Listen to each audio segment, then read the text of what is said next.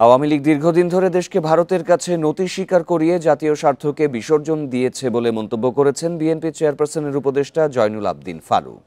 জাতীয় প্রেস ক্লাবের সামনে অপরাজেয় বাংলাদেশ আয়োজিত এক আলোচনা সভায় প্রধান অতিথির বক্তব্যে এই মন্তব্য করেন তিনি। বান্ডেল থাকলে প্রতি সেনমানিতে টাকা বাঁচবে। বিকাশ সেনমানি বান্ডেল কিনে জিতুন প্রতি লেনদেনে। বলেন, শেখ হাসিনার নেতৃত্বাধীন সরকার দেশের স্বাধীনতা ও গণতন্ত্রকে ধ্বংস করেছে এবং মুক্তিযুদ্ধের ইতিহাস বিকৃত করেছে।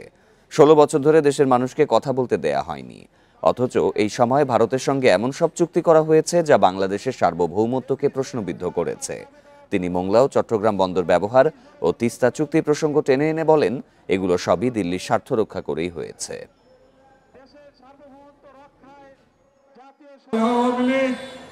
আর পার্শ্ববর্তী দেশ হিন্দুস্তান একই সাথী।